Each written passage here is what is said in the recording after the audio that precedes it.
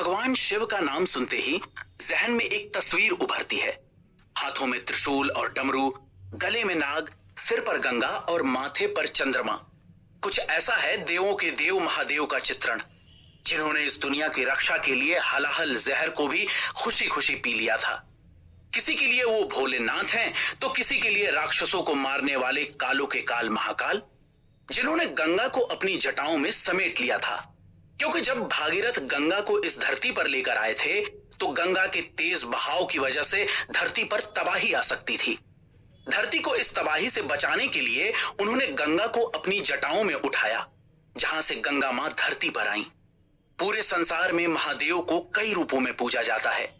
दुनिया का कोई ऐसा अस्त्र शस्त्र नहीं है जिसकी नॉलेज भगवान शिव को ना हो। वो हर तरह के अस्त्रों और शस्त्रों को चलाने के मास्टर थे।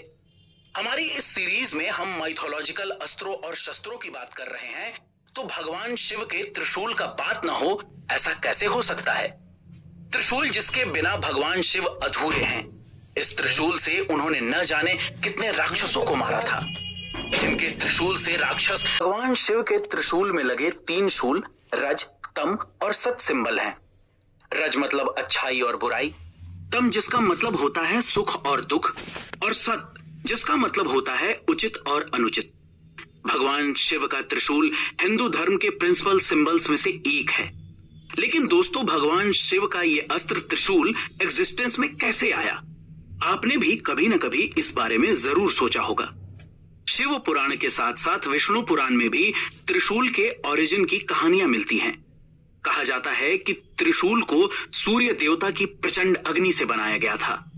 यह भी कहा जाता है कि सूर्य देवता की शादी भगवान विश्वकर्मा की बेटी संजना से हुई थी। लेकिन संजना अपनी इस शादी से खुश नहीं थी, क्योंकि वो सूर्य देवता का झुलसा देने वाली गर्मी से परेशान थी। तब संजना ने अपने पिता विश्वकर्मा से इसकी शिकायत की और कहा कि इस प्रॉब्लम का सॉल्यूशन निकालें, नहीं तो वो कभी भी अपने ससुराल नहीं जाएगी। सूर्य देवता भी अपनी तपिश यानी गर्मी को कम करना चाहते थे। भगवान विश्वकर्मा के समझाने पर वो मान गए और अपनी पत्नी की खुशी के लिए उन्होंने अपने फायर का एक पार्ट अलग कर दिया।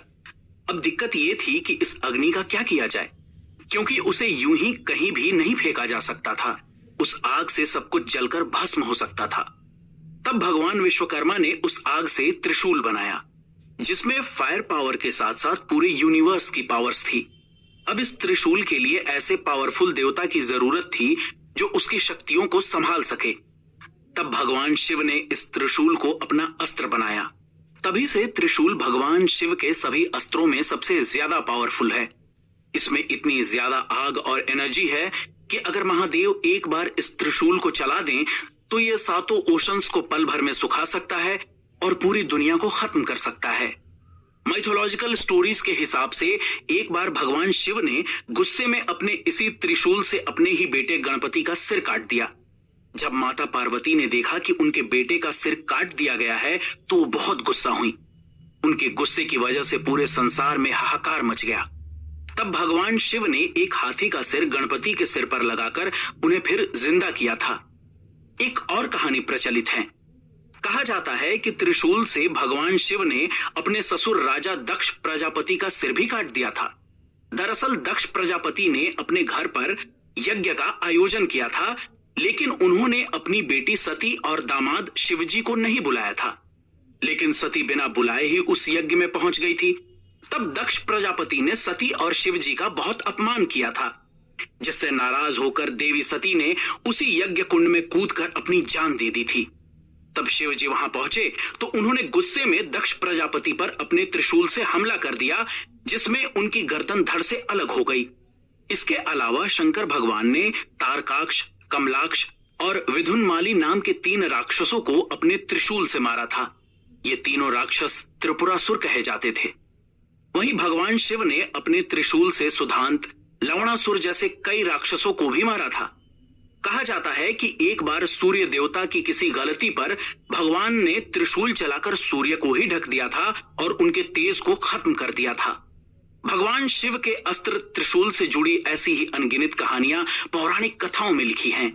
त्रिशूल के अलावा भगवान शिव के और भी कई अस्त्र थे, जिनका इस्तेमाल महाभारत और रामायण के युद्ध में किया गया था। भगवान शिव के वो कौन कौन से अस्त्र थे, जानने के लिए सुनिए हमारा अगला एपिसोड।